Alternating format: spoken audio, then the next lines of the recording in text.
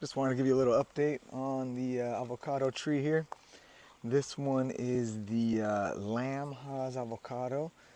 Placed it in this big 48 by 48 box raised bed about 2 years ago. Look how nice and big it is. It was originally only a 5-gallon avocado tree, and it's doing quite well.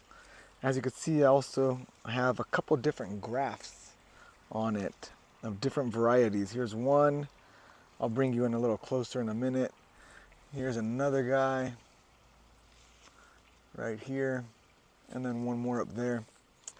This tree is already fruiting, and I wanted to give you a little tip on pollinizing the flowers, since in this area for some reason we don't have a lot of bees.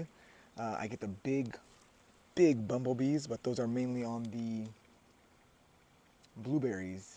I also get a lot of carpenter bees, which are those big black bees, but those really don't do much for pollinating. Seems that the bees that I do have, they prefer going to the citrus trees, the lemons and the oranges. Anyways, how do we get this to pollinate and bear fruit and, do its job? A little makeup brush, one of those soft makeup brushes that the girls use or boys use, whoever, to put makeup on. Very soft bristles. Bring it a little closer for you. So basically what this does is I go around and spend, whatever, 10-15 minutes, half an hour, whatever time you got. Go around and just tickle each flower, and you're going to move the pollen around. I'm going to bring you in closer so you can see what I'm talking about.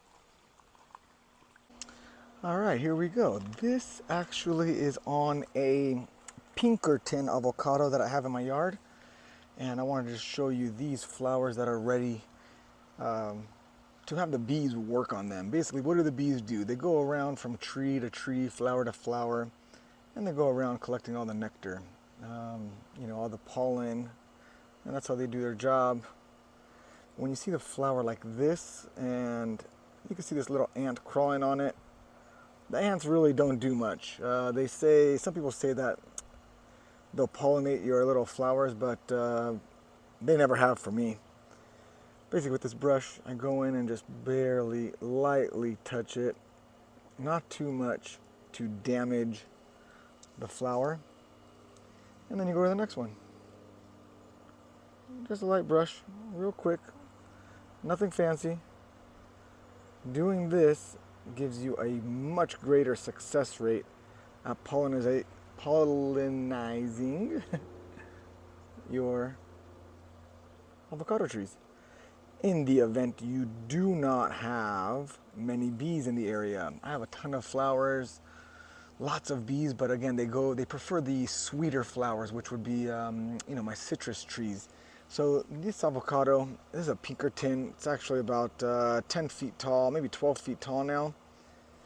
And it's bearing fruit, but the first few years that I had it, I would not get any fruit. And I'm wondering why, because I originally bought it as a 24-inch box. And then it's been in the dirt for, another 3-4 years. It wouldn't bear fruit. And they came to the conclusion that there aren't any bees in the area to do their job and pollinize the flowers.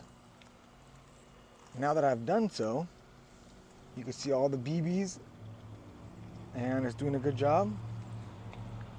As you can see here, this is also in a big raised garden bed, simply because we have a lot of clay soil out here. And the clay soil, avocados do not want to get waterlogged. They do not like it at all. But yeah, avocados are a beautiful tree, fun to grow. Just need to have some patience.